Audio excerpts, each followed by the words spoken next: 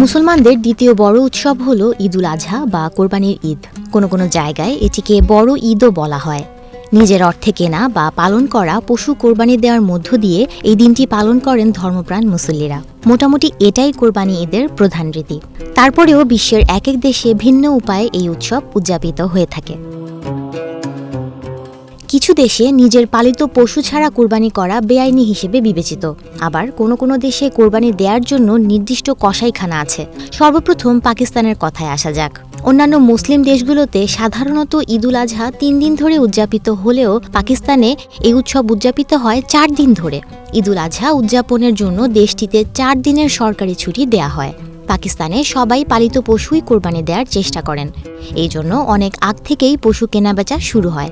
অন্তত 1 মাস আগে তারা পশু কিনে নিজেরাই যত্ন করেন।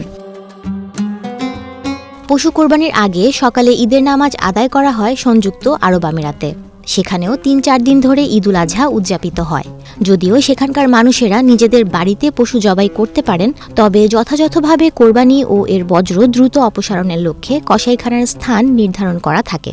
এই কারণে বাড়ির আশেপাশে পরিষ্কারের বিষয়ে তাদের ভাবতে হয় না। সংযুক্ত আরব আমিরাতের মতোই ইরানীয় পশু কোরবানির জন্য নির্ধারিত স্থান রাখা হয়। এর বাইরে পশু জবাই করা বেআইনি। ইরানে খুব ভোরেই কোরবানি দেয়া হয়। সকালে ঈদের নামাজ আদায়ের আগেই কসাইখানায় রওনা হন সবাই মাংস সংগ্রহ করতে। তাজিকিস্তানে এই ঈদকে বকরা ঈদ বলা হয়। মানুষ ঈদের জামাতের মধ্য দিয়েই শুরু করেন ঈদুল আজহা। তাজিকিস্তানের মূল আকর্ষণ হল তাজিকিস্তানের বাড়ির শিশুরাই ঈদের দিন খাবার পরিবেশন করে। এদিন তাদের সবার ঘরের দরজা প্রতিবেশীদের জন্য খোলা থাকে।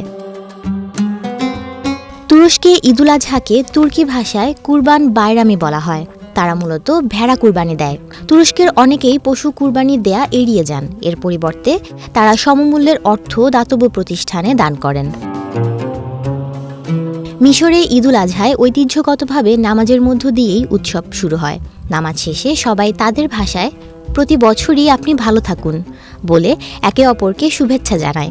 এই দেশটিতে বেশিরভাগ মানুষই কোরবানি করা পশুর সব মাংস দরিদ্রদের মাঝে বিতরণ করেন।